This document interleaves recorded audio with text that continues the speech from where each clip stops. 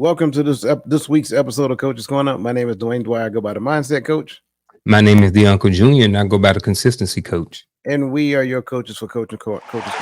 As always, as I tend to say, if you're just going to participate in this conversation and then take none of the advice that we talk about and do absolutely nothing with it, then this may not necessarily be the place for you. But if you want to be a part of lasting change, you want to see improvement, you want to be like a impact, a force in the lives of other people, a force of good positivity, then you are destined to be here. Not only are you destined to be here, but you're in the right place at the right time. So make sure that you have a pen and a piece of paper, because that brother right there is fisting to get down. What? Speaking of which, my good friend, the Uncle Junior himself, the Consistency Coach. How are you, my friend? Man, I'm doing well, and thank you for that vote of confidence this afternoon. I need it.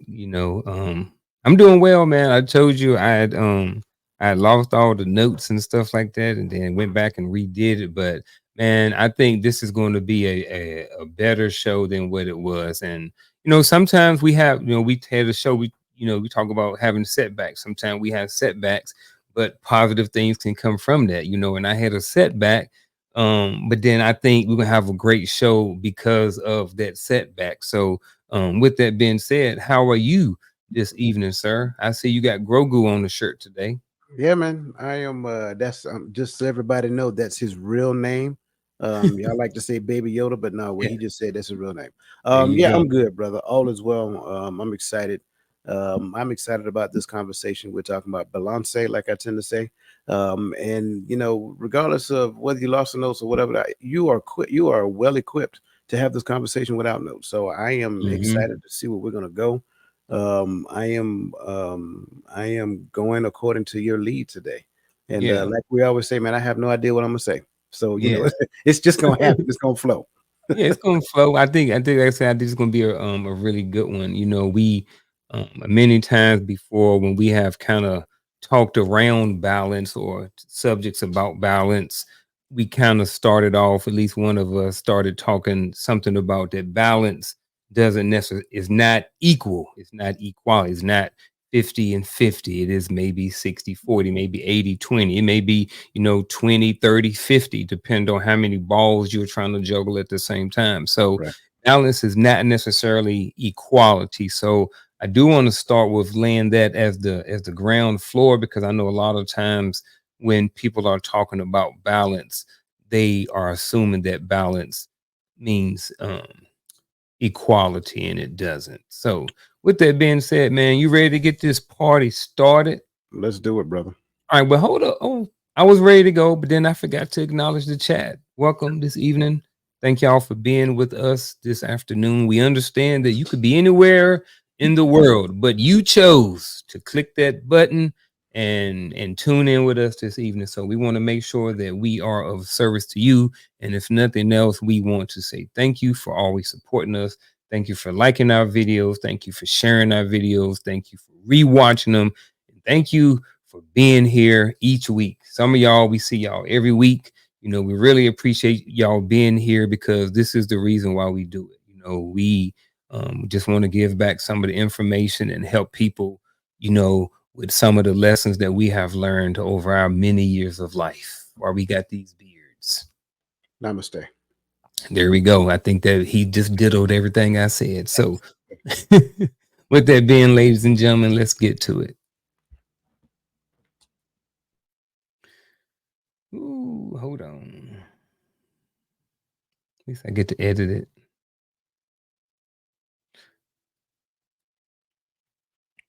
All right, here we go. Welcome to today's conversation, where myself and Coach will be tackling a subject that affects all of us: finding balance in life and reducing stress. We know how quickly life can feel overwhelming, and how easy it is to get caught up in the pressures of work, family, and personal goals. But what if there were ways to create more space in your life for calm, focus, and clarity? That's what we're here to explore. We'll dive into what we've learned over the years through both personal and professional experiences about how to create a more balanced life. We'll share ideas that can help you rethink how you approach your relationships, daily routines, and overall well-being, with the goal of leaving today's conversation with practical steps that can help you reduce stress and improve your quality of life. So, with that being said, ladies and gentlemen, if you are here to improve your life, what I would like for you to do is click that like button, right? So, if you're here to improve your life, you're here to learn more about how to de-stress your life and have a little bit more balance in your life, share that joker too. All right. With that being said, coach, you ready? I'm ready. All right. At our age, sometimes people will say, you know what, man, that joker is set in his ways. That joker know exactly how he want to do things, blah, blah, blah. And then a lot of times us older folks say, you know what? Yes, because I work better with my routine.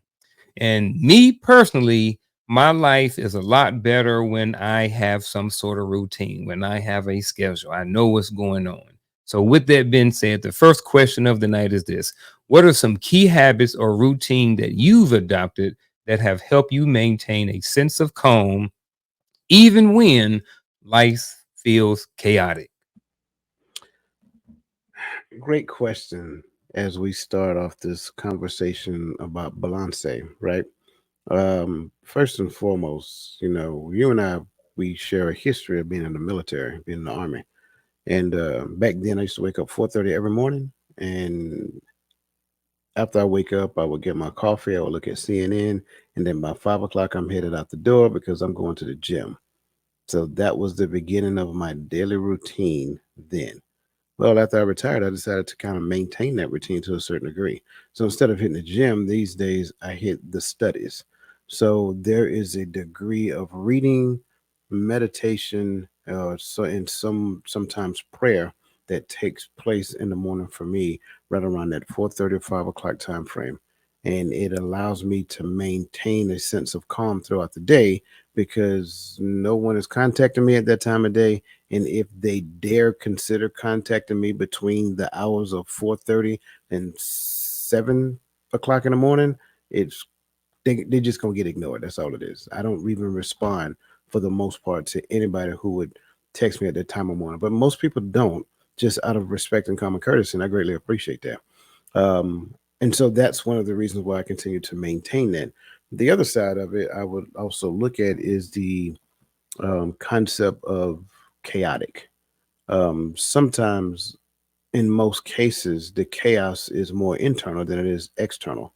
So if I start my day off the way that I do in a sort of meditative slash educational state, then it allows me to look at things and not unnecessarily identify it as being chaotic, just identify it as being a thing. And then if for whatever reason I want to identify it as being chaotic, then I need to be able to define the why. So going back and saying it for the third time, some type of meditative study prayer thing that takes place in the morning between 4:30 and 7 o'clock for me, and then throughout the day being a um, objective observer of reality.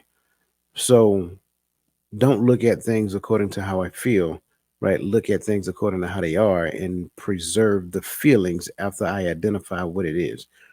And then if the feeling hits, I always try to analyze the feeling before I assign it to the thing. And that's another thing that, happens within me. Now, don't get me wrong, the first part has to happen for me before the second part can be consistently exercised. Because if I don't have that meditative prayer slash study thing that happens in the morning, then at the end of the day, my day doesn't start off right. And then I be in a sense of what we call I could be unbalanced, right? And so in being unbalanced, when life starts happening, then I may get filled with emotions. I may start assigning emotions to a thing. So that's what makes the first part important. The first part sets the conditions for the second part to happen. And with that being said, now I can look at a thing and say, it is what it is. Can I change it? Nope. Did I start it? Nope. It's not yours to own. Or if I can't change the thing, I change how I feel about the thing. Or if the thing is within my scope to adjust and it lines up with what I know is right and wrong, and I'm in error, then I change me as it pertains to that thing. So I know it's kind of long winded, but again, those two pieces are important for me to maintain balance. Me getting that time, one on one, prayer, meditation, studying, so that I can regulate my emotions throughout the day. I think you did a good job. I don't think you were long-winded. I think the time that you use to take is what is the amount of time that it needs to take to get through what you need to get through. I got a lot out of that. Um, it seems like now it seems like you went as the mindset coach. What you did is you went to the mind. You went on focusing on the mind and pretty much like clearing the mind and inputting and prayer and meditation and different things like that. I'm gonna and I think you did a very good job of doing that too. And if people ain't tuning in, if you ain't like this or share this by now, you missing out. Like you should get your notepad because I'm about to drop a bomb on y'all too. I'm about to go to the other side of it. I'm about to go to the physical side of it, right? So, and my habit or routine that I have adopted is to build resilience and build resilience by doing something hard or doing something that I don't want to do on a daily or a consistent basis, right? So when you get up in the morning at 3 o'clock when you don't want to do it, and then you go run or you go work out or you know you you you put some pressure or you stress the body out, right? In a certain way physically, like some sort of workout, right? So now you've done something extremely hard, and say for instance, at the same time while you were stressing your body out, you threw on a headphone or a podcast or you listening to an audio book. Now you getting back to what coach was talking about. Now you're feeding the mind. You get in the mind, you're learning and you're teaching it, you're putting information in there that can be used at a later date to help you when chaos and when life happens, because it's going to happens to all of us. It's been happening since the day we was born. It's going to happen to the day we die. We're always going to see chaos. It's just part of being a human being. But back to the physical part, when you do something hard like that and you're working out and you're doing something like that and you're putting information into your brain, that creates a certain level of stress on yourself. And then as you go out as you go throughout the day, you can build upon that. You can look back, and when something happens, you're like, man, I got up and ran 6 miles this morning. I got up and worked out this morning, and I was feeding my brain and what I was listening to, and I was praying or I was meditating or whatever. I was listening to some calming music, and now I'm at peace when I come to work. So I walk in the door, I'm at peace. You know what I mean? I got up early enough to where I've taken care of myself. I've taken care of my body. I got me some food. You know what I mean? I might have got me a protein shake or something. Now I'm driving to work and I still may be meditating or listen to some music or something like that to get me in the mindset. So when I walk in that building, when I walk into that chaos, because a lot of us work around chaotic people or in chaotic situations. So why not set yourself up in the morning so when you walk into it, you're a little bit more prepared to deal with the chaos. So for me, I have adopted the habit of stressing myself out in the morning, doing something hard. So nothing else I do throughout the day is going to be as hard as what I've already done. Yeah, that was definitely good. And again, it kind of lines up going back to where I started from.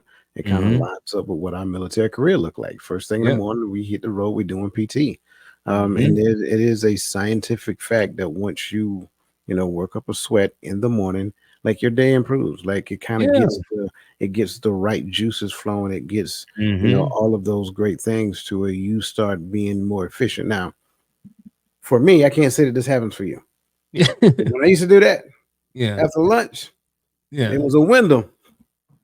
That window had me doing the neck rotation at my desk, but I was Yeah. like, man, I'm Yeah. ready to take a nap. But once I got past that hurdle, it was probably like Yeah. 1 hour. But once I got past that hurdle, I was good to go. And what I would do is Yeah. just get up and walk around and start talking to people and Yeah. match my sleepiness through the conversations that I would have. Hmm. But these are routines that we develop so that we can be in the right headspace going throughout the day. And again, like I love the fact that you say we do tend to work with some people that are chaotic. But Yeah. again, I'm not going to let you impose your chaos on me. You keep that over Absolutely. there. So yeah, Yeah. good point. Um, As we move along, man, we're talking about balance. We're talking about, we both have a lot of things going on. We're both fathers, we both have jobs, we have careers, we have kids, we have grandkids, you know what I'm saying? We have a lot of different things going on in our life, and one of the things that we've heard along for a long time is, there's mind and there's body and there's soul, you know what I mean? But it's like, okay, well, do I focus on my mind like you talked about in the morning, talking about waking up and focus on your mind? I talked about waking up and talking about working on the physical body. So someone out there could be looking at this like, okay, well, which one should I focus on? Right? That's not for us to decide, right? So, but as we get into this question, how do you decide what areas of your life need most attention when things feel out of balance? Yeah, I'm glad you said it the way that you said it. For those people who are listening, that's not for us to decide for you. And my answer is probably going to kind of paint the picture of why, because it kind of sounds like it's reflective in the way I decide what areas need the most attention in my life. I don't decide. I listen. I listen. I pay attention. See, I think I think a lot of times, like we conflate, and this is not against you or the question whatsoever. As I'm saying this, I want everybody to understand it. I know that you already know that. Hmm. I think a lot of times we feel that we have to decide everything, and everything that requires a decision is another decision that I got to make. And so we get in the habit of I need to decide this, I need to decide that, I need to decide this, I need to decide that. No, you don't. Right? Here's why I say that decide means to cut off all of the options. So if I decide what to focus on, right? Do I focus on my mind or do I focus on my body? Well, I don't decide to focus on my mind or body. I decide to focus on my mind and body because it is a unit. They work together. So at the end of the day, I listen to this thing here because I never stop working on this. That's me. This is always a work in progress for me. And so I have a specific time frame set aside. But this right here would tell me, and I'm not talking about my heart, I'm just talking about my body in general. Hey man, you forgetting about me. Remember me? I'm yeah, me. I need some help. So your body will speak to you, and it's not always speaking to you when you're redlining. It's not always speaking to you when you're about to crash. No, it gives you a warning when it's been neglected way up here. What ends up happening is that we neglect the warning, we neglect the signs. Like this thing right here speaks loud and clear. It remembers every trauma that you've ever been through. It tells you when it's fearful. It tells you when it's uncomfortable. It tells you when you're in danger. It tells you, it's constantly speaking to you. So, what we have to do is become very good at listening to it. We don't have to be subject to it. We just need to listen to it because that helps me to understand when I need to do some things to help it so that it could. Because we can talk about resiliency. And I love the fact you went there because I think that's key. But here's the thing resiliency does not manifest itself here. It begins to manifest itself here. It manifests itself here because this is the action of this. So, whatever goes on here, it manifests the actions through these. So, you hear it like if you approach a person in the wrong manner and stress them out or whatever the case may be, these might show up. They might put them hands on you. So you don't want them paused. So that's what I'm saying. You have to understand that that's how this works. So I try to keep this sharp so that this can talk to me about this. Because as long as this is talking to me about this, then I even in my and I don't want to use the word lazy because I don't think I'm lazy at all. I would say even in the state, and I think everybody has this, even in the state I'm in when I am intentionally doing nothing, there is one day a week where I don't do anything. It is intentional.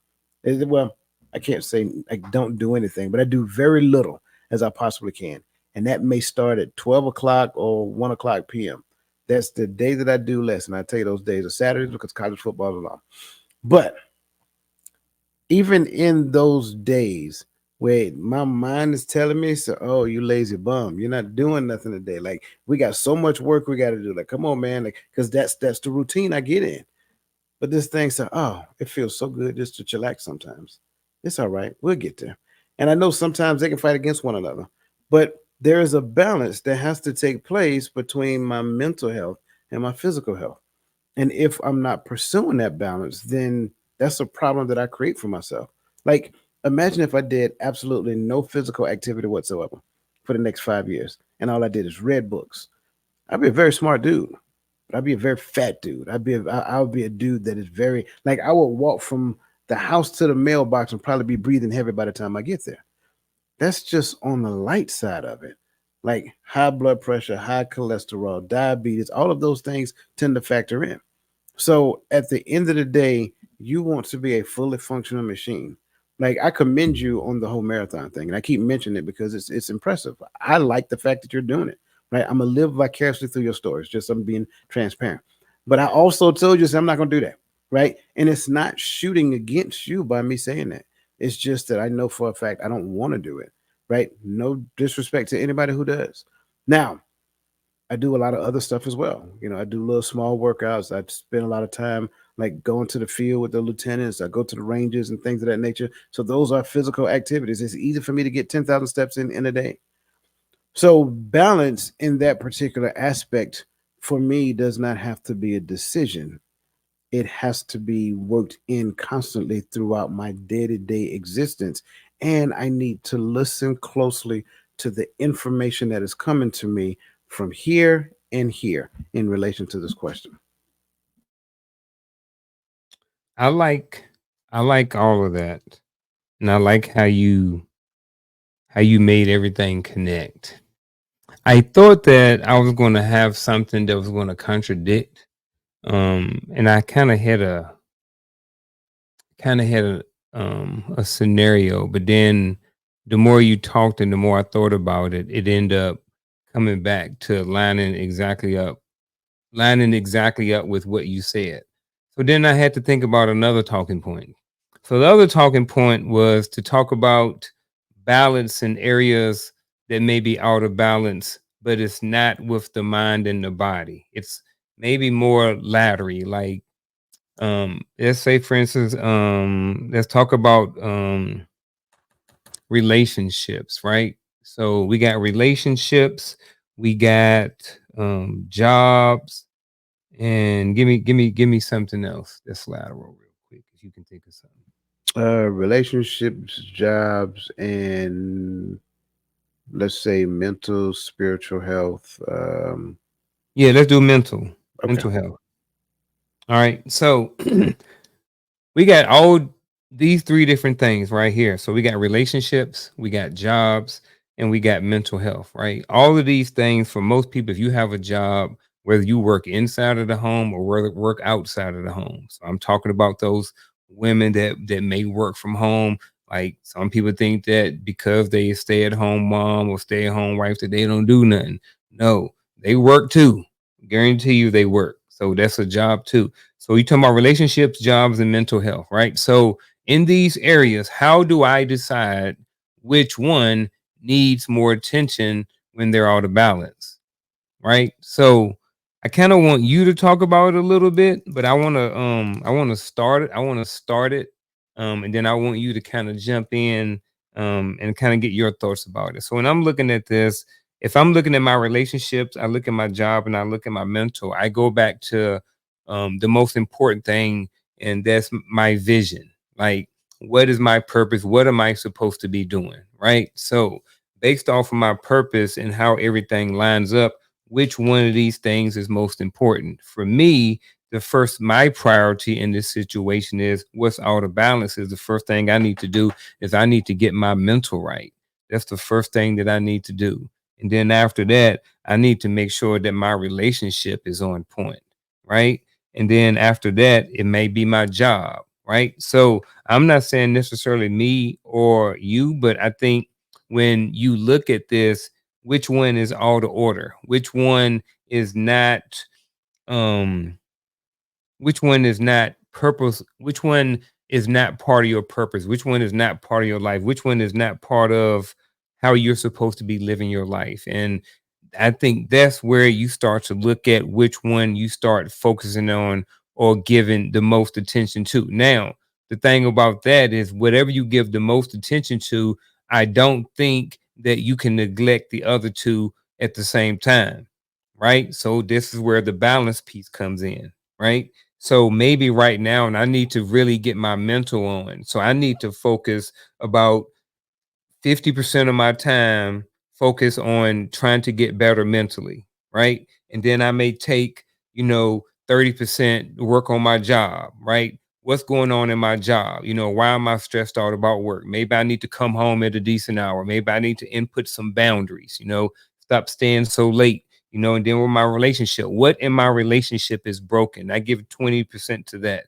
But it may shift over time. Now you may fast forward a week or two or some time, and relationships on point, the job's on point, the mental's on point. Now you may be able to shift and not necessarily focus as much on your mentals. Not to say that you neglect it, but you may not need to spend 3 hours in meditation every day. You know what I mean? At some point, you should build a certain level of tolerance, not tolerance, but you should get to a point to where you don't necessarily quote unquote need all of that. You know what I'm saying? So that's my kind of thoughts about navigating, balance when it comes to giving what most attention when things kind of feel out of balance. But I would like for you to kind of, you know, poke around it a little bit and see what you got.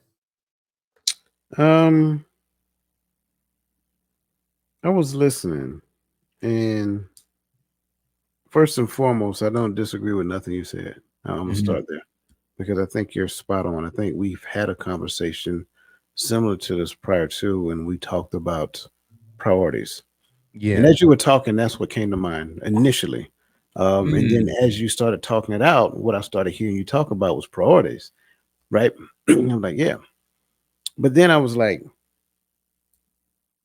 but does my mental health ever reduce?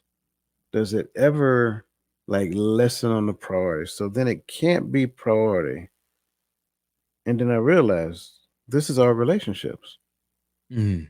Those three things you name are relationships: relationship, career, and mental. Just humor me for a second. I'm gonna try to make it make sense. This is Okay. our relationship. So if my mental health is at question, then what I'm talking about is relationship with the Father and myself, therefore revealing a positive and healthy relationship with myself. Therefore, I am calm, I'm serene, I'm able to make good decisions. I have a set of core principles that guide my life. So my first relationship is in order and it's intact. External relationships should flourish because of that relationship. My career should be in its proper place because I know how to develop, develop, nurture, and maintain relationships at work because that's really what your career is all about. Sure, it's all about you doing a particular task that came along with the job, but do the task and can't get along with the people, you won't stay at the job long. Do the task and don't, work well with your supervisor, your supervisor's going to relieve you. So in essence, Mhm. as I'm listening to this, this is all like relationship.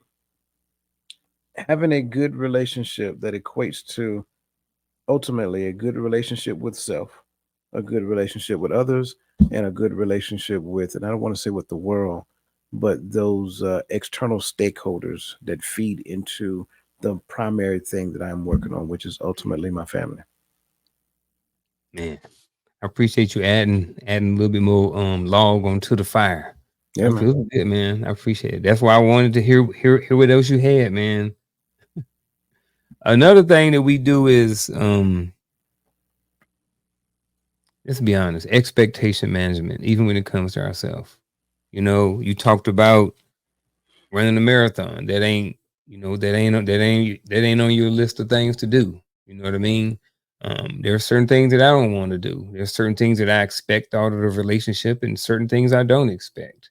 So in what ways have you learned to manage expectations from yourself and others to keep stress at bay? Um, this is going to sound very similar. This is definitely based upon priorities. Mhm. And you just said it. You know, it hadn't made my bucket list, and if it Yeah. ain't in my bucket list, that means it's on the other list. You know what I'm saying? It kind of rhymes with Yep. bucket. So Yeah. that's the key. So at the end of the day, when it comes down to it, we have to have priorities in our life. Our priorities, my priorities, are governed by a set of principles that I extract from the Bible. And again, for people who don't believe, that's fine. I'm not saying that you should, or not, nor am I saying that something is wrong if you don't. I'm just saying that that's how my life is situated and set up. And so those principles help me to define what is priority in my life. And from there, that also helps me to do expectation management for me first. And I think that's important. Um, doesn't say, and the beautiful part about the principles, it doesn't say that running a marathon is wrong. It doesn't say that entering into a bodybuilding competition is wrong. It does not say being a soccer dad is wrong. It does not say any of those things are wrong. It just says that we do things decently and in order. And so those things that I tend to do are based upon the things that I prioritize as, one, two, and three. And again, those one, two, or three, they're determined by the things that I'm called to do. So the things that I'm called to do and who I'm called to serve, those become the priority that I devote a lot of my time to. So a lot of the things that I do lead up to those things, right? That also means that I don't get a lot of time to do these other things over here. So I don't get the chance to live my best life by traveling the world and seeing all this and seeing all that, whatever. Not saying that anybody's wrong for doing it. I'm just saying that based upon the way my life is set up and my priorities, I don't get that time to do it. Not even saying that I want to do it, because what I found is I find joy in doing this right here, sitting here with my brother, talking with him to you guys. I find joy in that. I don't, this doesn't feel like work at all. This is Yeah. enjoyable. You see what I'm saying? And that's kind of like how it works for me. So when it comes down to learning how to manage expectations, I had to learn to put principle over personality, my personality, right? My personal reality, me. Once I learned to put principle over personal reality, and I go back to the book I've mentioned previously, Principles by Ray Dalio. Very good read, but it took me to read something like that, some years ago before I realized that principles matter, right? Everything that I do, every decision that I make should be governed by some type of principle, because that gives my decision meaning. And then ultimately, the outcome of that decision should be fruitful and it serves somebody other than myself. So that's kind of like where I'm going to go with it. Principles, priority, prioritization based upon principles help me to manage expectations from myself and others and keep stress at bay. I appreciate that. Coach just gave y'all the clean version. I'm about to put a little pee in the pool. All right. So on my side of it, here's how I learned to manage expectations. I'm not going to necessarily focus on myself a little bit that much. I'm gonna focus on others. So here's how I look at people sometimes. When I am driving in my car, everybody else on the road is a moron.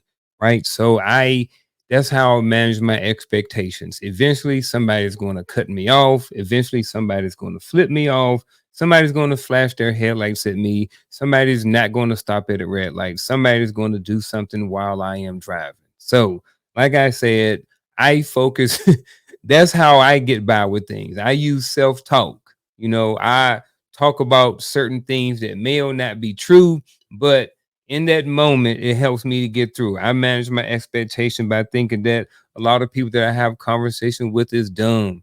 So when they start saying stupid stuff to me, I just be like, whatever, whatever. I told you, coach, I was gonna throw a little pee in the pool. Also, I think it's something wrong with people. You know, for the most part, I get along with people, but sometimes people just don't want to talk right. Sometimes people don't want to act right. Sometimes people have attitudes, and you know what? I ain't going to deal with it. So I've learned to manage some of my expectations by thinking that not everybody, I'm not talking about everybody.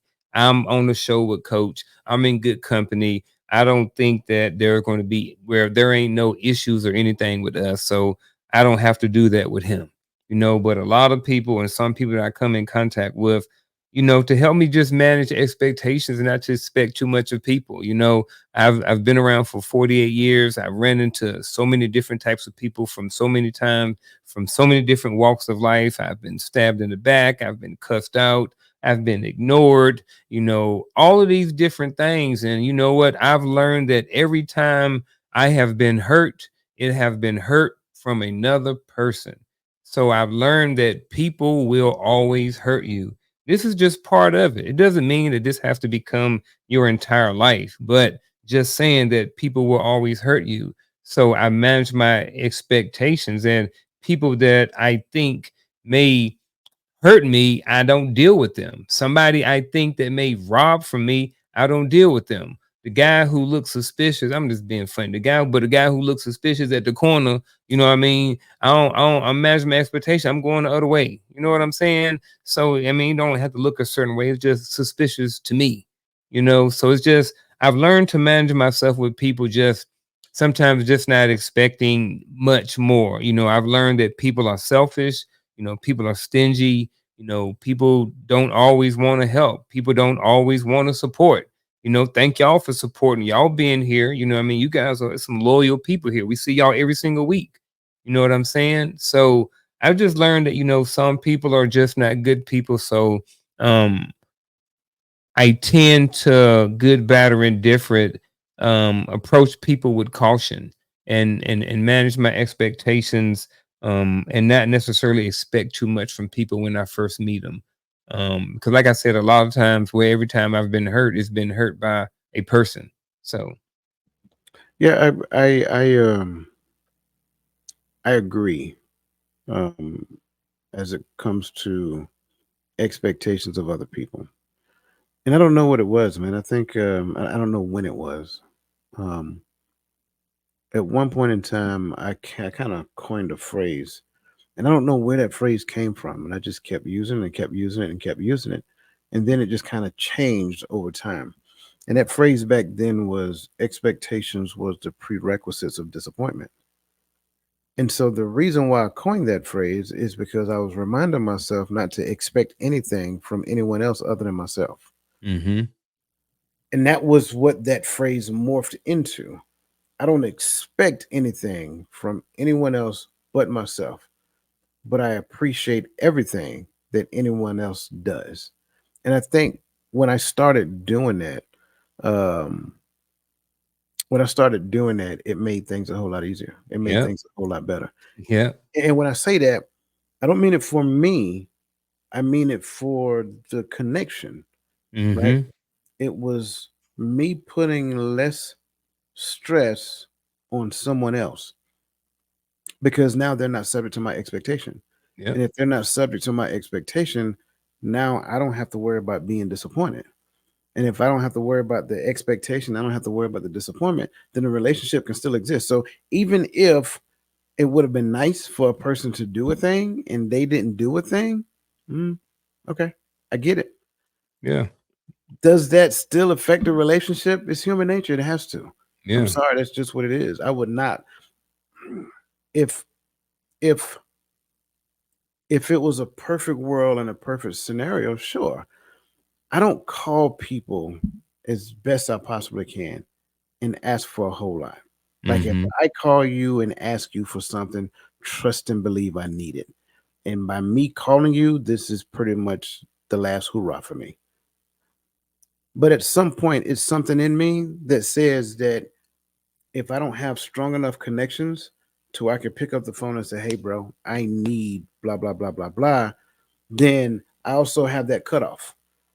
And the cutoff ain't necessarily with you. The cutoff is with the thing that I needed it for. Because now I got to figure out, because again, that's just, I'm real big on personal responsibility. So why do I need this extra phone when at the end of the day, do I really need an extra phone or did I really just want an extra phone? And I'm being very lighthearted when I use this phone as an example. But at the end of the day, I think we do that a lot. I think a lot of things that we believe are needs are not really needs. They're just ultimately wants that we feel strongly about. So why do I feel strongly about that particular one? And of course, this pertains to things. Now let's change the dynamics and let's change the dynamics to those priorities I was talking about, right? What if I had a need in relation to the people that I really love and care about? Now that is a die-hard need. That is a potential relationship changer, because these are the people I know, love, and care about. If I ever call on you because of these people, then in my mind, somehow you care about me enough for the sake of this to continue. So I think that's the thing for me, because I'm agreeing with you. You can be disappointed by the activity or inactivity of people, because Mm-hmm. if the shoe was on the other foot, you would be that one that would bend over backward because I want my brother to succeed. I want my sister to succeed. I want whoever to succeed. Right. Mm-hmm. And I know, I think I know you enough to say this for you, because it remains to be true for me. I want to see everybody win. Yep. I want to see everybody eat. But at the end of the day, we have this competitive nature to where we feel as though, well, I got to get mine, and me, and me. But did Garfield get some? Yeah, I don't know. You got to go talk to him. But why didn't you? You're eating right now. Why didn't you go talk to him? That's the thing that blows my mind, and I don't Mm-hmm. get that. I can't get that for the life of me. Like for me, my sense of community is like through the roof. I really want to see people get up out their seat and go check on somebody else. But because, oh, I got lights, I got food in my refrigerator, I got a little extra money in the bank, my bills are paid, I'm good. What about somebody else? Oh, don't worry about it. Ain't nobody told me nothing, bro. Like, come on, like it has to be that thing that stirs up deep within, right? It has to happen here, because I can do this. I can do this right here all day long. But if it doesn't happen here, it just ain't gonna happen for that person. Yeah, managing expectations is something that I had to learn, especially from other people.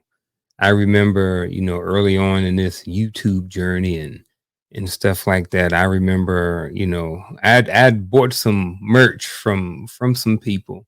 Usually anything that my friends or associates, somebody I know, if they're selling something, I'll buy it. Yeah, I bought people's books, I ain't read them. I done bought people's clothes, ain't worn 'em.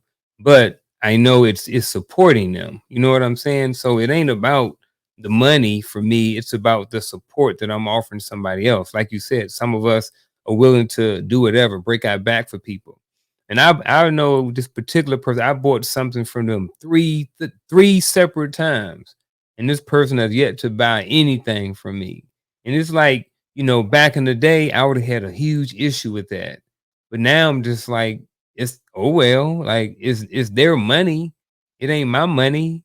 I don't get to pocket watch them and try to explain or try to justify, well, I bought something from them so they should buy something from me. No, it's not like that. I don't I didn't buy it from these people so they could eventually buy something from me. I bought it to support. However, sometimes if you are one of those people and you're an entrepreneur, you understand how it is. So you, if anybody, I think sometimes should support. However, I don't expect that from anybody. I learn a little expectation management, and I know that if I buy something from Coach, I'm buying it because I want them. And when I sell something, whether he buys it or not, I could care less. You know what I'm saying? You know what I mean? So that's my little add to 2 cents to that, man. And we probably didn't beat it down enough. So the chat part like y'all move on. So we gonna move on for y'all. Shoot, we at 45. Let me go. Here we go. All right, so let's move. Here we go. What do you think is the biggest factor that causes imbalance in people's lives, and how can they regain control? Um, I think the biggest factor um, has to be psychological instability. Um, and then someplace in a very close second has to be emotional instability. So between psychological and emotional instability, that causes a huge problem in people's lives. Um, not necessarily knowing, not necessarily having an idea, having a knowledge base to support balance. And so you strive for imbalance. Like you hear us talk about from time to time that if if conflict doesn't happen in some people's lives, then they create conflict. Well, that's Mm. kind of like the imbalance that we're talking about. But why does that person create conflict? Well, because someplace in their life they felt that they were good at conflict. But if everything is good, why create conflict? Well, that's the psychological imbalance that I'm talking about, right? The Some people like to call it chemical imbalance. I don't necessarily believe it's a chemical thing. I think it's a processing thing. But then the emotional imbalances, like I said, is run a close second. Again, a lot of us want things, don't necessarily know why we want it. We just want it because we see other people got it. And because we look at what other people have, we want that thing. And therefore, we have a strong yearning for this thing. And then when we get this thing, it's like, oh, I don't know what to do with it now. It's like, I don't know how to nurture it. I don't know how to take care of it. But you didn't necessarily do the pre work that was necessary for you.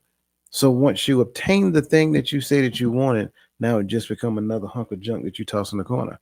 I am talking about relationship. My bad. I just want to make sure I put that out there. Okay. Yeah. And so when we look at these things, it all has to be with the disconnect between here and here, right? My and you hear me talk about it from time to time, and you probably heard it since we mentioned it almost like in every show, PME, psychological, mental, and emotional. That to me is the thing because what I think, what I have going on in the background in the software psychologically affects what happens in the um I'm sorry, what I have going on in the on the yeah, the operating system, that's what I want to call it. What I have going on in the operating system psychologically, it affects what's going on in the software mentally. And then that equates to the output emotionally. And because there's imbalance between all three of them, they're not synced. They're not operating like the operating system somehow is not necessarily supporting the hard drive. And then the hard drive, I mean, not the hard drive, the software. And then the software kind of got a bug in it every now and then. And then ultimately, I lash out. And because there's an imbalance between that flow of information, then every relationship that I encounter is either superficial or non existent. I know that person, but I don't necessarily know them. I know of them. I have a relationship with that person. Yeah. What do you know about them? They're married. Okay, cool. What else? What do they like to do? Um, what are the spouse's name, the kid's name, like stuff like that? I don't know. But you have very superficial information, very superficial relationship. You can't say that you're in a relationship when you don't know nothing about the person. And Hmm. then again, it has to go a step beyond. Like, what do they do for a hobby? Like, what do they like to do? What do they do in their spare time? Like, if you don't get the if you haven't taken the time to know the person, you don't have a good relationship with them, right? And we get so comfortable in what is superficial because that's the norm. That's part of the imbalance that I'm talking about. Like when I was growing up, I don't know how it was for you. When I was growing up, and I'm not saying that they did it right, but what I'm saying is that people knew people. You could pick up, they could pick up the phone and call down the street and say, "You seen my son? Yeah, he down here with me." Well, how you know that's me? Because we know everybody on the in the neighborhood. This is another community conversation. I'm sorry, right? So the psychological, mental, and emotional aspects of people to me is one thing, and that one thing has a lot of inconsistencies and imbalances within it. And what we have to do is do the necessary work to fix the operating system, get a new download for the software, and then get to the point to where the throughput, the information that we're putting out in space is healthy enough to reflect creating, developing, nurturing, and maintaining great relationships. If I say not working on themselves, would I be, in a sense, starting to regurgitate some of your own talking points? If you say not working on themselves, Is the biggest factor. maybe, but I think that's a different perspective, though. Okay. All Yeah, right. because Well, yeah, I think you may speak at something totally different than what I did. okay. All right. So, with that being said, because like I said, I didn't want to step on. I was like, man, I don't want to have the same thing. 'Cause I got this perspective is not working on themselves causes imbalance. I think that, as people, we've always talked about being consistent, and continue to work on yourself and continuing to grow to be a better person, because when you're a better person, you become a better person for your relationship. You become a better person with your relationship with your kids, with your spouse, with your parents. You know what I mean? You're a better person on the job. You know what I mean? So um you're just a better you, and you can learn a lot.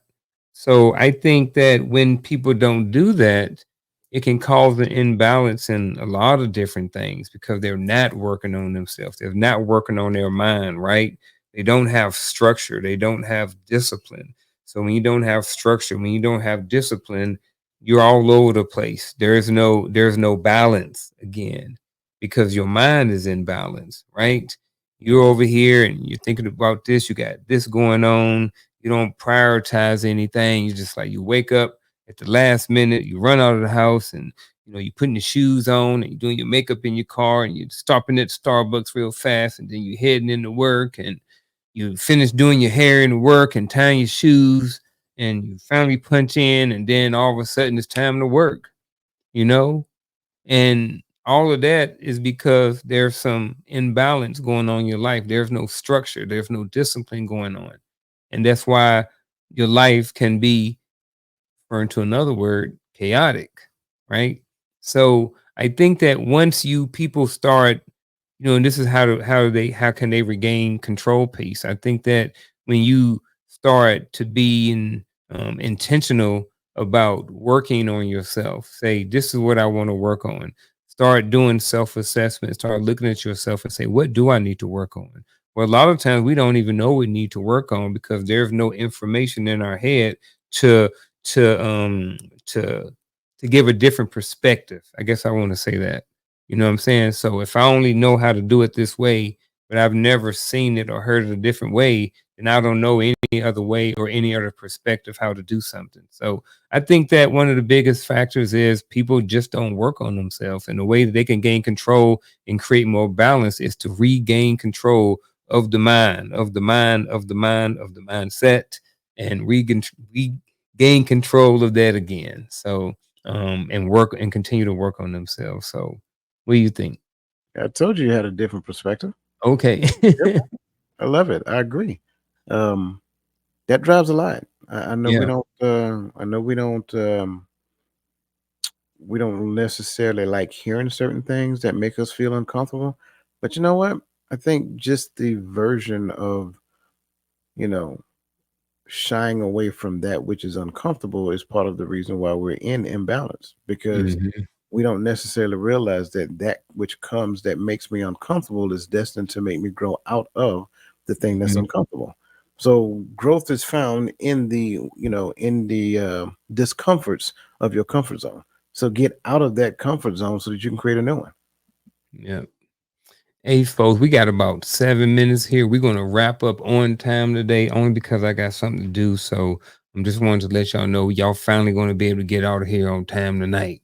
All right. So with that being said, we're not going to do any true false or multiple choice, but we are going to jump on a couple of these scenario questions and let's see what we kind of got to say about this. So we're going to start off with the love scenario, right? So False. here's the first love scenario. You said false. There you go. False. Love life. You've noticed that your relationship has been strained due to constant external pressures, leaving you both stressed and disconnected. How do you approach this issue and create space for reconnection? Inside out. Inside out? Ooh, Inside out. Yes. explain. We don't So know what that means, coach. so first thing first, each person needs to work on themselves inside out, then they work on their relationship inside out. What does that mean? That means I need to find peace, harmony, and balance within me first. She needs to find peace, you know, harmony and balance within her. As we're coming together, we're trying to harmonize together and see what that looks like, especially if they're married. If they're married, they're supposed to be one anyway. So if that's the case, then they have to come to the point of being to the point of harmonizing not only their understanding of relationship, but their expression of relationship as well. External pressures, the best part about external pressures is that they're external. Cut them off. cut them off. Cut them off until you're ready to deal with them again. I don't care if they're friends. I don't care if they're family members. If you're married, they're no longer primary. Mamas, daddies, we love y'all. But when it comes down to your child being married, you're not a primary decision making in their marriage. You are marriage. You are an advisor. That is all. How they raise their kids is how they raise their kids. You don't get a vote. You get some advice, but at the end of the day, even if they go against your advice, if you participate in that child's life, their decision was their decision, and you don't Mm-hmm. get to do anything outside of it. These are some of the external pressures that they get. I'm Yeah. telling you the truth. So cut them off until we come to an understanding, and then they come to an understanding with us, or vice versa. But at the end of the day, it's external. It ain't that big of a deal to me. Cut it off. Yeah, I get that. I guess the only thing I would add to that is, while you both working on yourself, maybe carve off some time and some space where you guys connect on a physical level. You know what I mean? Maybe, the cheese, even the cheesy stuff. You know what I mean? People clown the cheesy stuff like picnics and holding hands and walks and stuff like that. But those are some of the best things you can do because it's just y'all two. You're not distracted by being on a zip line or being on a roller coaster or sitting there quietly watching a movie in the theater. When you do those things like picnics and holding hands and walks and stuff like that, you don't have anything but each other. You know what I mean? So you're forced to learn more about each other. And the more you learn about each other while you're working on yourself individually, the more y'all just going to learn. And hopefully what should happen is you guys should grow closer together. Um, that's my 2 cents. Where's this other one at? Here we go. What's next? Fitness and wellness? Nah, let's go to social life. Yeah, I like this one. Social life. Let's do this one. Social life coach. You've been saying yes to every social event. That's some of y'all out there. Yes, yes, yes. But now you're starting to feel worn out and stressed by the lack of time for yourself. How do you balance staying connected with others while keeping your own peace of mind? You don't. You keep your own peace of mind, then you connect with others. That's the issue. Like the But attempt. coach, everybody ain't there, bro. I, Everybody ain't there. I get it. I get it. Like I said, it don't feel good, but it doesn't mean it ain't good. Um, you you create, you allow peace to consume your mind. Then once peace enters your mind, then you connect with others. Because as long as you have a imbalance in peace of mind, if you have an imbalance when it comes to you, if you have a disorganized sense of relationship, then what ends up happening, like you feel the need to say yes every time somebody asks you. Therefore, now the problem that they have now becomes your problem. That I use I had a just had a conversation earlier today. Mm-hmm. Friends out of town. Hey, would you mind go over to our house and let the dogs out the house? You said yes. So now that is a responsibility that you have. You got to Mm-hmm. go to their house. You got to drive 20 minutes on the other side of town. Go let their dogs out the house. You got to deal because it's two of them and they ain't little dogs. So you got to let both of those dogs out the house. They got, let me tell you something. If you know anything about a Nope. dog has pent up energy. So they want to run around. So they're not just going to go and use the bathroom and come right back and get in their cage. No, you're gonna have to coerce them to get back in their cages eventually. So that's now a responsibility to you. When no was a complete answer that should not have caused any issue. The reason I start off with peace of mind because people pleasing is a problem. If you don't have peace, then you feel like you need to do in order for people to like. Did that dude just show up there? Was he there the whole time? He been there the whole time. I didn't see him. Mm-hmm. I just became aware of him. Um, But yes, if you don't have peace, then you feel a need to do for people to like you. Well, first and foremost, that's the issue that we have in this world. We move at the speed of like. So I don't have to say yes to everything. I can say no and be content in the no that I gave you and feel no remorse for it because the yes would have placed another responsibility on me. So achieve peace first, then connect with others if it's within the will that you have in their will as well. But at the end of the day, sometimes it's good not to have a vast connection of people. sometimes you need to kind of look at the connections that you have. Man, I agree. That's why I joke up there saying no. Just say no. Like sometimes you gotta say no, man. And no is so. I remember when I first started saying no, I felt bad. Now I look for opportunities to say no. Ask me something. What? Text. Oh, Hey, I've been come out. practicing. Hey, Hey, I've come. been practicing no before I even knew what it Yeah. meant. Read my text. Somebody asked for some money. Nope. Huh? Nope. Just two letters. I Yeah, mean, man. that's the N word that people should be saying right there. Be honest. I see what you did there, sir. Yes, sir. I I like agree. that. I Hey, with do. that being said, man, we are at the bittersweet moment. Like Coach said, it's time for us to get up out of here. We have really enjoyed being here this evening. I really enjoyed the conversation, man. I really appreciate you for making a great conversation because it wouldn't have been a conversation without you. So I really appreciate you. Appreciate the chat for chiming in, being here with us this evening, man. You got anything to say to close us out? No, man, I agree with everything you said. Great conversation. Definitely appreciate all your insights. I got my notes here that I quoted from you. Um, Same. I thoroughly enjoy these. I think they're good. I hope people are getting a lot out of this. If you're not, and you're not entertaining going further in your own development, I question whether or not you're getting a lot out of this. That's all I'm saying. Like, I'm not trying to be funny. I'm just Yeah. transparent. Like, if you're hearing what we're saying and you're not saying, you know what, I might want to go further with this, then I'm wondering what version of what we're saying you're listening to. Mm-hmm. That part.